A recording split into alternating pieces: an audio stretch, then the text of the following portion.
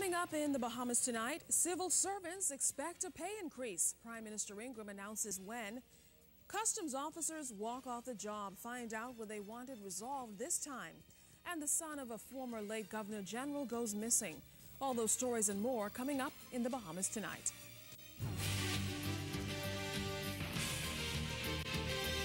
Covering the islands of the Bahamas, ZNS Network presents The Bahamas Tonight.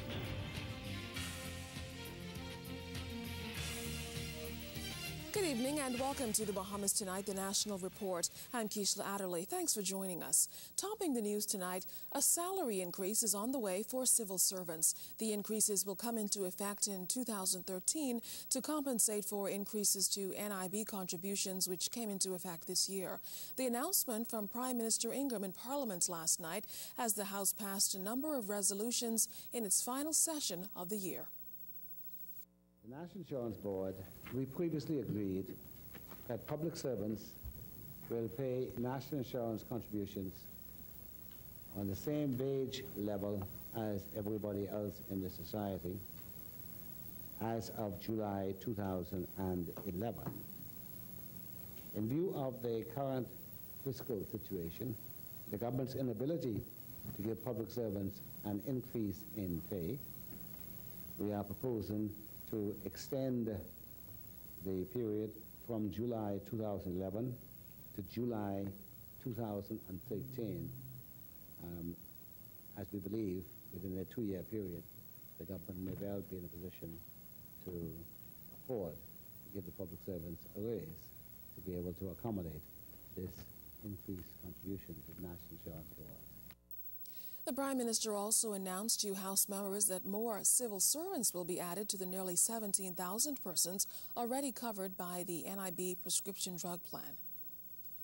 Who are on the staff of Her Majesty's Prison and the industrial schools, persons who are members of the Royal Bahamas Police Force, persons who are members of the Royal Bahamas Defence Force, persons who are officers employed in the public service of the Bahamas, persons 60 years of age and over, in receipt of survivor's benefit under Regulation 24 to 26 and survivor's assistance under Regulation 92 of the National Insurance Benefit and Assistance Regulations, persons receiving antenatal care connected with childbirth, postnatal care, or any other medical care associated with pregnancy, and persons in receipt of disablement benefit assessed at 100% under the National Insurance Benefit and Assistance Regulations.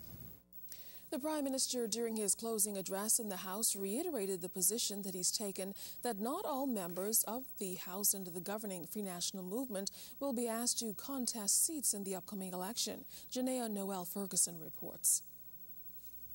If you are considering running for office in the upcoming election, you might want to think long and hard about that decision, ensuring that you're doing the job to serve the people and not yourself.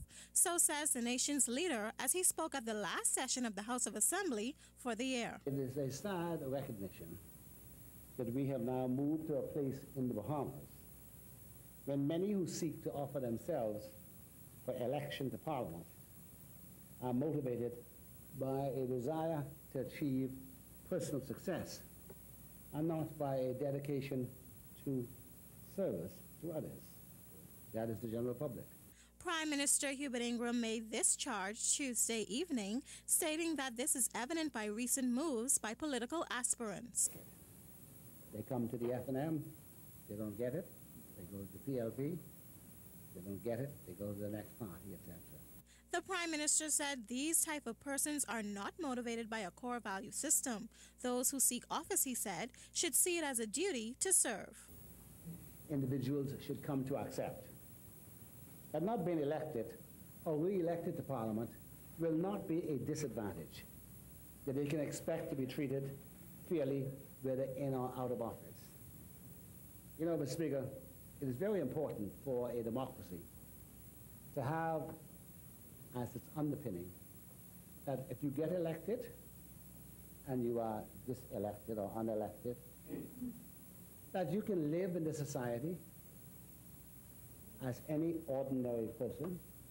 You can live with rules that are clearly established, that you can be employed, that your children can have access to whatever the scholarships, whatever it is available in society, and that no one will be out to get you because you have served in politics.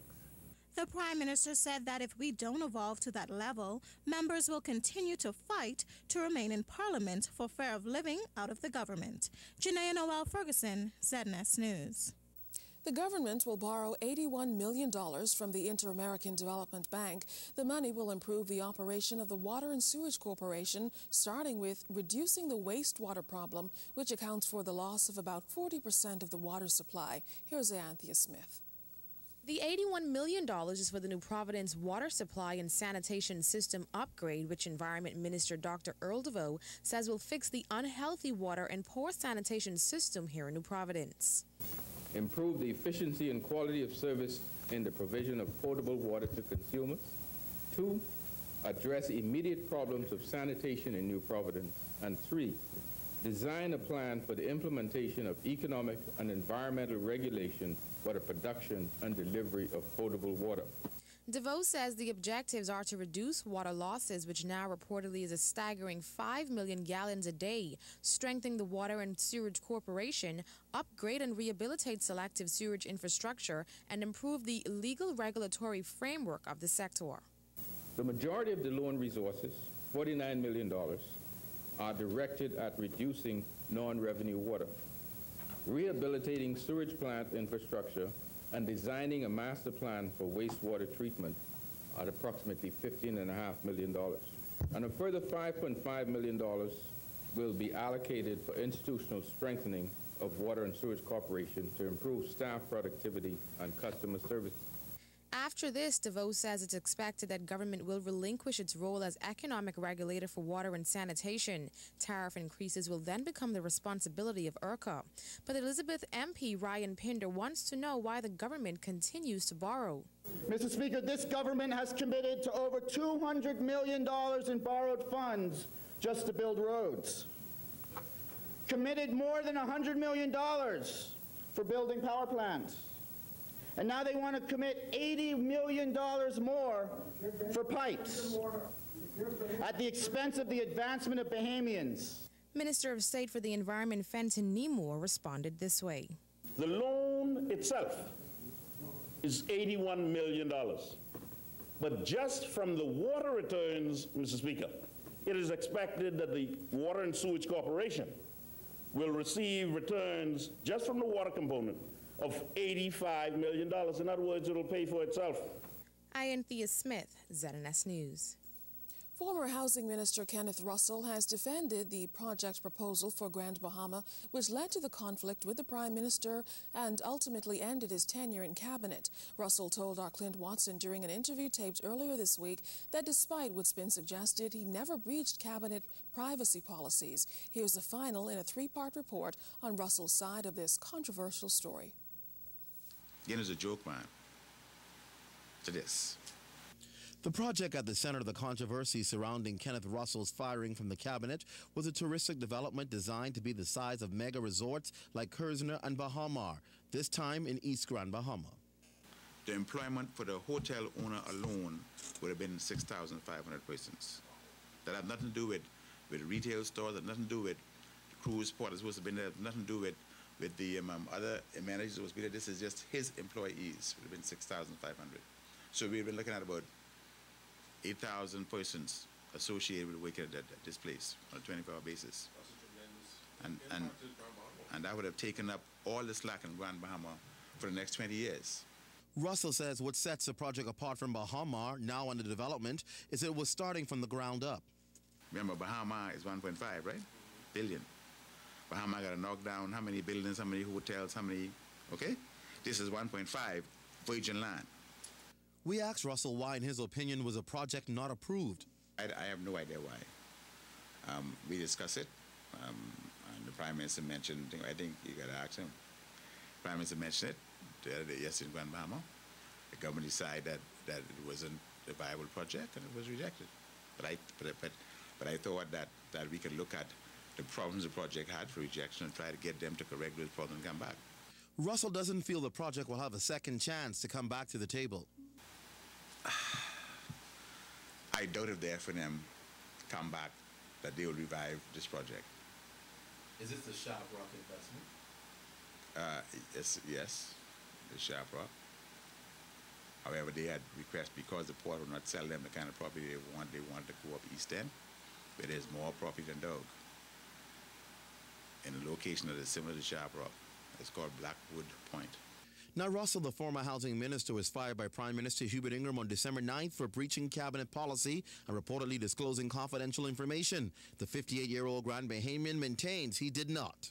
I told him I didn't breach cabinet policy either. I told him that the gentleman who he claimed I gave information to was present every time these people come to Freeport and they asked to meet with me. He was with me. Okay? And Senator Pintard could testify that, because Senator Pintard, I introduced him to these people one time ago, and Mr. Pender was right there. I introduced him to Senator Pintard. So whatever discussion took place, okay, and whatever was said in front of Mr. Pender. Therefore, but if the Prime Minister take that to mean that I give Mr. Pender information, then so be it. But my conscience is clear that I haven't done so.